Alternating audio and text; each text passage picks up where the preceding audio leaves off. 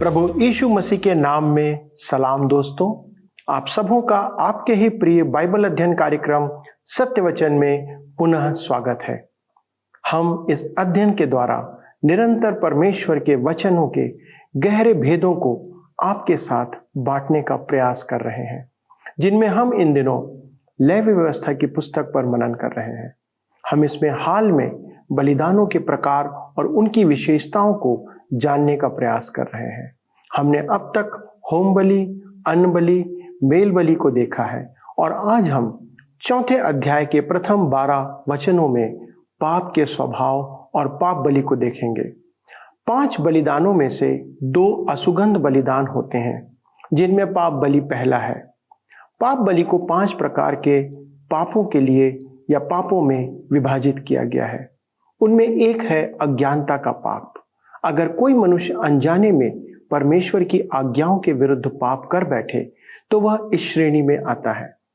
पाप बलि की विशेषता यह है कि वह सभी पर्वों में चढ़ाई जाती थी और इसे होम बलि की वेदी पर ही चढ़ाया जाता था और यह स्वेच्छा से नहीं पर आदेशात्मक था।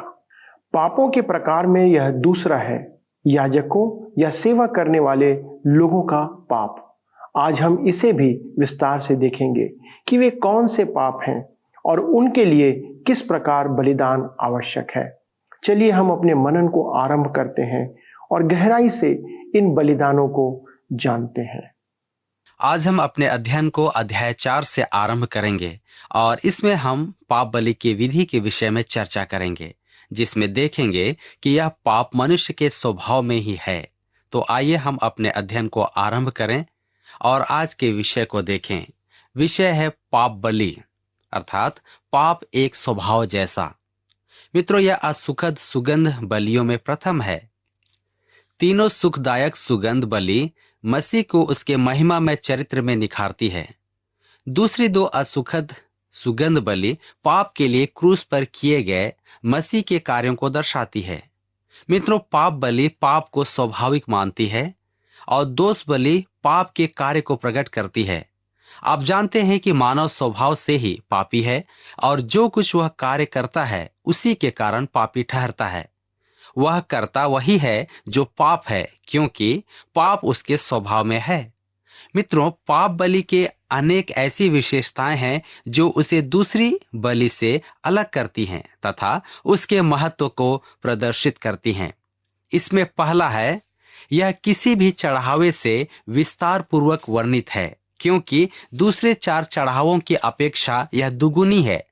होम बलि 17 पदों में, अन्न बलि 16 पदों में और मेल बलि 17 पदों में, दोष बलि 19 पदों में और पाप बलि 35 पदों में वर्णित है।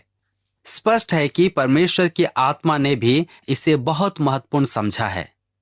अब दूसरी बात हम देखते हैं, पाप बलि अपने में पूर्णतया नया चढ़ावा है। यहाँ तक कहीं भी पाप बलि का वर्णन नहीं आया है। धर्मशास्त्र में इसके पहले इसका उल्लेख कहीं भी नहीं मिलता है। किसी गैर यहूदी राष्ट्र में भी इस प्रकार की विधि नहीं है।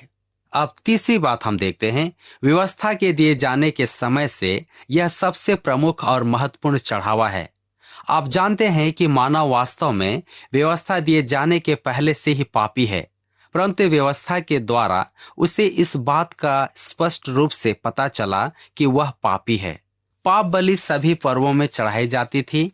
फसह पर्व, पेंतीकोस्त, तुरही व झोपड़ी के पर्व में, प्रायश्चित के महान दिवस योम किपर पर भी इसका चढ़ावा होता था। अब हम चौथी बात देखते हैं, यह होम बलि के विपरीत था, यद्यपि उसी स्थान पर चढ़ावा चढ़ता था।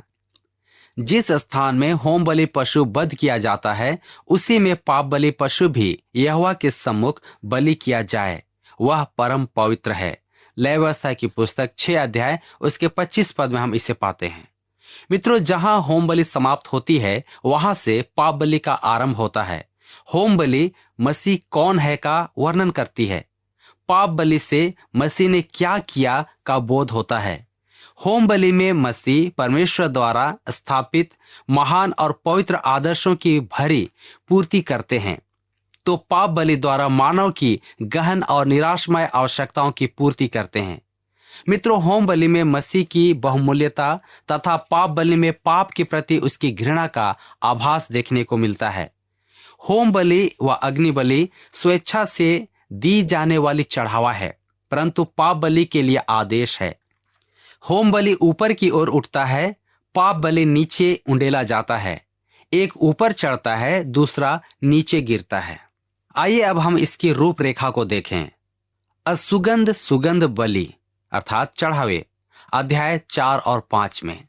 इसके ए में हम देखते हैं पाप बलि, पाप का स्वभाव, अध्याय 4 में। और आ में हम देखते हैं अनजाने का पाप, पद 1 और 2। ब पुरोहितों के पाप, पद 3 से 12। स मंडली का अनजाने में का पाप, पद 13 से 21। ड मुखिया अर्थात शासक का पाप, पद 22 से 26। क साधारण पाप अर्थात साधारण लोगों का पाप, पद 27 से 35। ख पाप बलि के नियम या विधान, अध्याय 6 उसके 24 से 30 पद। हम बी में देखते हैं अनजाने का पाप। तो हम यहां पर पढ़ेंगे लय व्यवस्था की पुस्तक 4 अध्याय उसके 1 और 2 पद में। फिर यहोवा ने मूसा से कहा कि इस्राएलियों से यह कह कि यदि कोई मनुष्य उन कामों में से जिनको यहोवा ने मना किया है किसी काम को भूल से करके पापी हो जाए। मित्रों, यहां अनजाने में किए गए पापों पर जोर दिया गया है। यदि कोई व्यक्ति जानबूझकर हठी होकर कोई पाप करे तो इस चढ़ावे का कोई मतलब नहीं रहता। जब मूसा की व्यवस्था का न मानने वाला 2 या 3 जनों की गवाही पर बिना दया के मार डाला जाता था, तो इसे हम इब्रानियों 10 उसके 28 पद में पाते हैं। इस तथ्य से स्पष्ट हो जाता है कि व्यक्ति जानबूझकर यीशु का तिरस्कार या इनकार करता है तो वह उद्धार प्राप्त नहीं कर सकता, क्योंकि सत्य का ज्ञान प्राप्त करने के बाद भी यदि हम जानबूझकर पाप करते रहते हैं तो पापों के लिए कोई बलि शेष नहीं रह जाती। इसे भी हम इब्रानियों की पत्री 10 अध्याय उसके 26 और 27 पद में पढ़ते हैं। मित्रों, अनजाने पापों से एक छिपे सत्य का पता चलता है कि मानव स्वभाव से ही पापी है। मित्रों, मुझे आपको यह बताना जरूरी है और मुझे भी इसे समझना है। यही कारण है कि मानव पापी है। बिना किसी समय व परंपराओं के भेदभाव के भी हम पाप करते हैं। हम उन बातों को करते हैं जो ईश्वर की इच्छा के विपरीत है, क्योंकि स्वाभाविक मनुष्य के लिए कुछ ऐसा करना कठिन है जो ईश्वर को पसंद आए। स्वाभाविक मनुष्य के अंदर इतनी जगह नहीं है, वह स्वभाव से ही पापी है। इन पापों पर मनुष्य का ध्यान आकर्षित करना होगा। पाप बिना किसी भेदभाव के पाप हैं, चाहे जो भी हो उसे करता है। पाप बलि के द्वारा पाप की घोर आशंका होती है और यह दोष सिद्धि जाति वंश के साहित्य में स्पष्ट दृष्टिगोचर है। मनुष्य के भीतर यह अत्यंत गूढ़ दोष की सही जांच होनी चाहिए, तब एक उचित दवा उपयुक्त उपाय भी सुझाना चाहिए, अर्थात सुझाना होगा। मित्रों, भजन लेखक को ध्यान से सुने। भजन संहिता 139 उसके 23 और 24 पद में आगे वो कहते हैं, हे परमेश्वर, मुझे जांच कर जान ले, मुझे परख कर मेरी चिंताओं को जान ले और देख कि मुझ में कोई बुरी चाल है कि नहीं, और अनंत के मार्ग पर मेरी अगुवाई कर। भजन 51 उसके 4 में कहते हैं, मैंने केवल तेरे ही विरुद्ध पाप किया और जो तेरी दृष्टि में बुरा है वही किया है, ताकि तू बोलने में धर्मी और न्याय करने में निष्कलंक ठहरे। मित्रों, इसको मैं बजाय किसी मनोवैज्ञानिक के सोफे या कोच पर बैठने से प्रभु यीशु के साथ सोफे पर बैठना चाहूंगा। आजकल अधिकतर वे लोग हैं जो हीन दोष भावना से पीड़ित होते हैं और उपचार के लिए किसी मनोवैज्ञानिक के पास जाते हैं। कुछ लोगों का मानना है कि परमेश्वर के वचन में वह उपचार नहीं जो कोई मनोवैज्ञानिक अथवा मनोचिकित्सक के पास है, परंतु यह गलत धारणा है। परमेश्वर के वचन में मानव की सभी समस्याओं के समाधान का उपचार उपलब्ध है। यदि आप किसी ऐसे हीन दोष भावना से पीड़ित हैं अथवा व्यक्तिगत समस्या से ग्रसित हैं, तो प्रभु यीशु के पास जाकर उसकी गद्दी अर्थात सोफा पर बैठकर क्यों नहीं पुकारते, हे परमेश्वर, मुझे जांच कर जान ले, मुझे परख कर मेरी चिंताओं को जांच ले और देख कि मुझ में कोई बुरी चाल तो नहीं। मेरे मित्र, हमारी समस्या यह नहीं है कि जब हम बच्चे थे हमारी माताजी ने या माताजी से हमें अधिक प्यार नहीं मिला, पर हम स्वभाव से ही पापी हैं, यह समस्या है। अतः हम परमेश्वर की सवारी उसकी गद्दी या कोच पर बैठकर अपनी समस्या उसे बखान कर दें। अनजाने या अज्ञानता के पाप वे हैं जिन्हें वह व्यक्ति जो करता है पाप नहीं समझकर कर बैठता है। अपनी भूलों का ज्ञान किसे हो सकता है? हे प्रभु, मुझे गुप्त दोषों से मुक्त कर, भजनकार भजन 19 के 12 में कहता है। कितना अधिक हमें ईश्वर के समक्ष अंगीकार करना है कि हम सब पापी मानव हैं। यदि कुछ विशेष पापांगीकार आपके पास नहीं है तो सिर्फ यही अंगीकार करें कि मैं एक पापी हूं। कुछ लोगों का एक समूह निरंतर प्रार्थना सभा में मिलता था और एक व्यक्ति हमेशा बोलता, प्रभु यदि मैंने कोई पाप किया है तो मुझे क्षमा करें। एक छोटे वाक्य से परेशान होकर किसी दूसरे ने उससे कहा, तुम अपने पाप को ईश्वर के सामने क्यों नहीं बताते? उसने उत्तर दिया, यह तो मुझे बिल्कुल नहीं मालूम। अगुए ने कहा, थोड़ा इस पर सोचकर अनुमान क्यों नहीं लगाते? और आपको पता है कि उस व्यक्ति का पहला अनुमान बिल्कुल सही निकला। मित्रों, हमें परमेश्वर के सामने अपने पापों का अंगीकार करना चाहिए, चाहे वे छोटी हो या बड़ी हो। यदि किसी जन से अनजाने में, जल्दी में या अचानक पाप हो जाए तो ईश्वर ने उसके छुटकारे का प्रावधान किया है। उसने शरण स्थल की स्थापना की है, जिसे हम गिनती की पुस्तक 35 अध्याय उसके 11 पद में पाते हैं। परमेश्वर ने आपके लिए भी एक शरण स्थान बनाया है। मेरे मित्र, उसके पास आपके लिए एक उपाय है।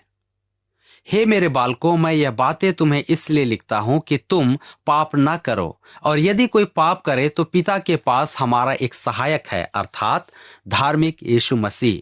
पहला यूहन्ना की पत्री 2 अध्याय उसके 1 पद में हम इसे पाते हैं। पौलुस कारण को बताता है और वह सबसे बड़ा पापी था। और क्यों उसे अनुग्रह मिला? वह ईश निंदक था, कलीसिया का सताने वाला था, हिंसक, परंतु उसके अनुग्रह प्राप्त करने का कारण है कि वह सब कुछ उसने अविश्वास से किया, अर्थात अनजाने में किया। हम पहला तीमुथियुस के पत्र 1 अध्याय उसके 14 और 15 पद में पढ़ते हैं, और हमारे प्रभु का अनुग्रह उस विश्वास और प्रेम के साथ जो मसीह यीशु में है बहुतायत से हुआ। यह बात सच और सब प्रकार से मानने योग्य है कि मसीह यीशु पापियों का उद्धार करने के लिए जगत में आया, जिनमें सबसे बड़ा मैं हूं। मित्रों, डॉक्टर मैगी की गवाही उनके शब्दों में इस प्रकार से है, जब मैं 14 वर्ष का था तो मेरे पिता की मृत्यु हो गई और मुझे व्यापार की दुनिया में जाना पड़ा। वहां गलत लोगों की संगति में पड़ गया और 16 वर्ष की आयु में मैं वह सब करने लगा जो 25 वर्ष के पुरुष करते हैं, और इसके लिए क्षमा याचना भी नहीं करता। परंतु वास्तव में मुझे पता नहीं था कि यह इतना बड़ा अपराध है। एक दिन आया जब मैंने प्रभु यीशु को ग्रहण किया, और उस दिन के पश्चात से जो कुछ भी मैंने पहले किया था उसके लिए मेरे मन में पश्चाताप व अपनी करने के लिए घृणा पैदा हो गई। ईश्वर का धन्यवाद हो कि पाप बलि का प्रावधान है। मसीह मेरे लिए मरा, उसको मैं सब कुछ बता सकता हूं। मुझे किसी दूसरे की सवारी अर्थात सोफे में बैठने की जरूरत नहीं है तथा उससे सब कुछ बखान करना है। यह उसका काम नहीं है, परंतु निश्चित ही ईश्वर का काम है और मुझे उसको बताना चाहिए। वह मुझे क्षमा कर सकता है, अर्थात करता भी है, क्योंकि उसने क्रूस पर मेरे पापों का बोझ उठाकर मुझे आजाद किया है, मुझे छुटकारा दिया है। मित्रों, पाप बलि द्वारा हम अपने आप को ईश्वर के आईने में देखना चाहते हैं। इसके द्वारा हमारे सामने पाप की जागरूकता, हमारी अयोग्यता, परंतु ईश्वर का प्रावधान सभी के सामने आते हैं। जब मैंने अपने पाप तुझ पर प्रकट किया और अपना अधर्म न छिपाया और कहा मैं यहोवा के सामने अपने अपराधों को मान लूंगा, तब तूने मेरे अधर्म और पाप को क्षमा कर दिया। भजन संहिता 32 के 5 में हम इसे पाते हैं। यह दोष भावना को दूर करता है। पाप बलि से उसकी स्वयं की कमी भी प्रतीत होती है। भजन संहिता 40 उसके 6 पद में हम पढ़ते हैं, मेल बलि और अन्न बलि से तू प्रसन्न नहीं होता, तूने मेरे कान खोद कर खोले हैं, होम बलि और पाप बलि तूने नहीं चाहा। मित्रों, यह परमेश्वर का पाप के प्रति पूर्ण संतोष और उसकी क्षमा की ओर संकेत है। इसलिए हे भाइयों, जब हमें यीशु के लहू के द्वारा उस नए और जीवित मार्ग से पवित्र स्थान में प्रवेश करने का हियाब हो गया है, जो उसने पर्दे अर्थात अपने शरीर में होकर हमारे लिए अभिषेक किया है, और इसलिए कि हमारा ऐसा महायाजक है जो परमेश्वर के घर का अधिकारी है, तो आओ हम सच्चे मन और पूरे विश्वास के साथ और विवेक का दोष दूर करने के लिए हृदय पर छिड़काव लेकर और देह को शुद्ध जल से धुलवा कर परमेश्वर के समीप जाएं। इब्रानियों के पत्र 10 अध्याय उसके 19 से 22 पद में हम इसे पाते हैं। और अब आप और मैं सभी पापी जन उसके समक्ष हियाब बांध कर आए। क्यों? क्योंकि प्रभु यीशु हमारा पाप बलि है। यहाँ तक कि हमारे अनजाने में किए गए पापों के लिए भी वह सक्षम है, अर्थात हमें क्षमा करता है। अनजाने या अज्ञानता के पापों द्वारा हमारा ध्यान परमेश्वर के न्याय तथा मानवता के प्रति उसका सभद्र व्यवहार का स्मरण दिलाता है। परमेश्वर मानव के साथ समदृष्टि अर्थात निष्पक्षता का व्यवहार रखता है। वहां दंड की मात्रा एवं प्रतिफल की मात्रा होगी। पाप बलि में उत्तरदायित्व की मात्रा भी दर्शाई गई है, जैसा हम आगे चलकर विभिन्न लोगों के मध्य में पाएंगे। अब हम आगे देखते हैं याजक के पाप अर्थात पुरोहित के पाप। लय व्यवस्था की पुस्तक 4 अध्याय और उसके 3 पद में हम पढ़ते हैं, लिखा है, और यदि अभिषिक्त याजक ऐसा पाप करे जिससे प्रजा दोषी ठहरे, तो अपने पाप के कारण वह एक निर्दोष बछड़ा यहोवा को पाप बलि करके चढ़ाए। मित्रों, पुरोहित का पाप सबसे पहले बताया गया क्योंकि वह अगुवा होता था। यदि वह दोषी है तो उसके लोग भी दोषी होंगे। उसका पाप उनका पाप होगा, जैसा राजा वैसे ही प्रजा। उससे एक बछड़े को लाने के लिए कहा गया है, अर्थात आदेश है। सभी चढ़ावों में उसकी बलि सर्वश्रेष्ठ होगी। ध्यान दें कि जिस स्तर के व्यक्ति का पाप उसकी है, उसी के अनुसार वह पशु भी जिसकी बलि देनी है, उसके पाप में अंतर नहीं है, पर उसका उत्तरदायित्व तो बड़ा था। आजकल भी ऐसा ही है। इसलिए जो कोई भलाई करना जानता है और नहीं करता, उसके लिए यह पाप है। याकूब के पत्र 4 अध्याय के 17 पद में लिखा है, हे मेरे भाइयों, तुम में से बहुत उपदेशक न बने, क्योंकि जानते हो कि हम उपदेशक और भी दोषी ठहरेंगे। यह याकूब के पत्र 3 अध्याय उसके 1 पद में मिलता है। प्रिय भाई, क्या आप उपदेशक बनना चाहते हैं? इससे आप अधिक जिम्मेवार ठहरेंगे। क्या आप अकेले गाना गाएंगे? इसमें अधिक जिम्मेवारी है। क्या आप डिकन या कलीसिया के अफसर बनना चाहते हैं या संडे स्कूल के टीचर बनेंगे? तब आपकी अधिक जिम्मेवारी बनेगी। विशेषाधिकार के साथ उत्तरदायित्व जुड़ा होता है और परमेश्वर स्वयं आपको उत्तरदायित्व सौंपेगा। मित्रों, यही बात यहां पर दर्शाई गई है। लोगों के पापों के अनुसार, इसका बेहतर अनुवाद होगा लोगों के पाप करने का कारण। मित्रों, इससे पुरोहित की जिम्मेवारी की ओर संकेत है। वह भी तो एकमात्र मानव है और उसके समक्ष भी सबों के समान परीक्षाएं आती है, क्योंकि विधान ही मनुष्य को महायाजक बना देता है जिसके अंदर दुर्बलताएं हैं। इस बिंदु पर भी मसीह और हमारा महायाजक व हारून के वंशज याजकों में बड़ा अंतर है। इब्रानी 4 के 15 में हम पढ़ते हैं, क्योंकि हमारा ऐसा महायाजक नहीं जो हमारी निर्बलताओं में हमारे साथ दुखी ना हो सके, वरन वह सब बातों में हमारे समान परखा तो गया, तो भी निष्पाप निकला। हम लय व्यवस्था 4 अध्याय के 4 पद में आगे पढ़ते हैं, जहां पर लिखा हुआ है, और वह उस बछड़े को मिलाप वाले तंबू के द्वार पर यहोवा के आगे ले जाकर उसके सिर पर हाथ रखे और उस बछड़े को यहोवा के सामने बलि करे। यह पाप बलि का विधि या विधान है। यहाँ इसकी तुलना होम बलि से की जा सकती है। हम लय व्यवस्था 4 उसके 5 से 7 पद में आगे पढ़ते हैं, और अभिषिक्त याजक बछड़े के लोहू में से कुछ लेकर मिलाप वाले तंबू में ले जाए, और याजक अपनी उंगली लोहू में डुबो कर और उसमें से कुछ लेकर पवित्र स्थान के बीच वाले पर्दे के आगे यहोवा के सामने 7 बार छिड़के। और याजक उस लोहू में से कुछ और लेकर सुगंधित धूप की वेदी के सींगों पर जो मिलाप वाले तंबू में है यहोवा के सामने लगाए। फिर बछड़े के सब लोहू को वेदी के पाए पर जो मिलाप वाले तंबू के द्वार पर है उंडेल दे। यहाँ पर पर्दे के सामने रक्त का 7 बार छिड़कना परमेश्वर का दोषी के साथ संबंध प्रकट करता है। धूप वेदी के सींगों पर लहू लगाने से दोषी की आराधना विशेषाधिकार में प्रार्थना के स्थान को बताता है। हमारी आराधना का ईश्वर द्वारा स्वीकृति प्रभु यीशु मसीह के खून पर निर्भर करती है। पहला यूहन्ना 1:9 में हम पढ़ते हैं, यदि हम अपने पापों को मान लें तो वह हमारे पापों को क्षमा करने और हमें सब अधर्म से शुद्ध करने में विश्वास योग्य और धर्मी है। मित्रों, सच तो यह है कि व्यवस्था के अनुसार प्रायः सब वस्तुएं लहू के द्वारा शुद्ध की जाती है और बिना लहू बहाए पापों की क्षमा नहीं है। इसे हम इब्रानियों के पत्री 9:22 में पढ़ते हैं। बचा हुआ रक्त पीतल की बेदी के नीचे हौद में उंडेल दिया जाता था। इससे पापी के विवेक को संतुष्टि और उसके दोष भावना निवृत्त होती थी। अपराध के दोष का उपचार था तथा उसके मन और मस्तिष्क को संतोष प्रदान करता था।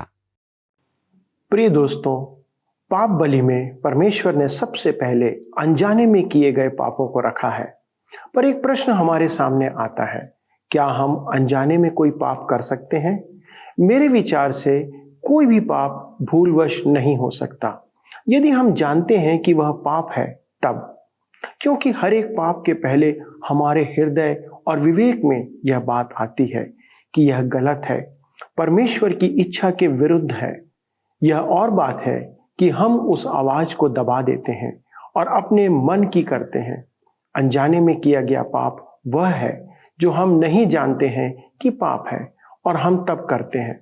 जैसे व्यवस्था के दिए जाने के पहले पाप तो था, पर लोगों को पाप से अवगत नहीं कराया गया था कि वह पाप है। पर आज हम सब पाप को जानते हैं। याजकों के पाप सबों के पापों से बड़े गिने गए या गिने जाते हैं, क्योंकि याजक कलीसिया का प्रतिनिधित्व करता है और उन्हें वचन सिखाने वाला है। इसलिए दोस्तों, आप पाते हैं कि पूरी मंडली के पापों का चढ़ावा और याजक के पापों का चढ़ावा एक समान है, एक निर्दोष बछड़ा। अगर आप एक याजक हैं तो आपके पापों की विशालता का आप अनुमान लगा सकते हैं।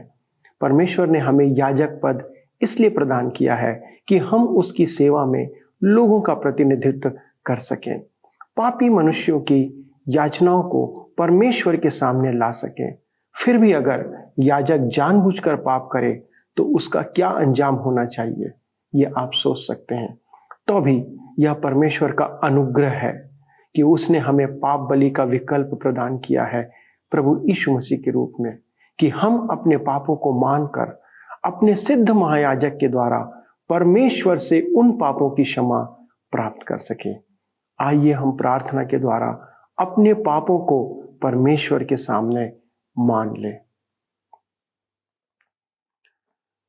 हमारे स्वर्गीय पिता, जब हम इन वचनों को पढ़ते हैं तो प्रभु हमारा हृदय आपके सामने धन्यवादी हो जाता है कि पिता आपने हमसे कैसा प्रेम किया। यद्यपि प्रभु हम बार बार पाप करते हैं, लेकिन प्रभु हमने ढिठाई से भी पाप किया है। हम आपसे विनती करते हैं प्रभु, जबकि आपने हमें याजक पद प्रदान किया है और हमने प्रभु उस पद के अनुरूप कार्य कई बार नहीं किया, आपसे विनती करते हैं प्रभु हमारे पापों को क्षमा करें। प्रभु यीशु मसीह के द्वारा से विनती करते प्रभु कि हमें शुद्ध और साफ और पवित्र करके अपनी सेवा के लिए उपयोग करें। सभी बातों में आप ही को आदर देते, पापों की क्षमा के लिए धन्यवाद देते और इस विनती को प्रभु यीशु क्रिस्ट के नाम से मांगते हैं, आमीन। प्रश्न क्रमांक 9, पाप बलि किस पर्व में चढ़ाई जाती थी? ए. फसह का पर्व, बी. पिंतेकुस्त का पर्व, सी. झोपड़ियों का पर्व, डी. सभी पर्वों में। प्रश्न क्रमांक 10, एक याजक का पाप डैश को भी दोषी ठहराता है? ए. याजकों, बी. याजक के परिवार, सी. सारी प्रजा, डी. वेदी। उत्तर के लिए आप अपना नाम, पता, प्रश्नोत्तर क्रमांक और अपने विकल्प के साथ स्क्रीन पर अंकित किए गए तरीके से लिखकर SMS या व्हाट्सएप के माध्यम से 9198210018 पर हमें 24 घंटे के अंदर भेज दें।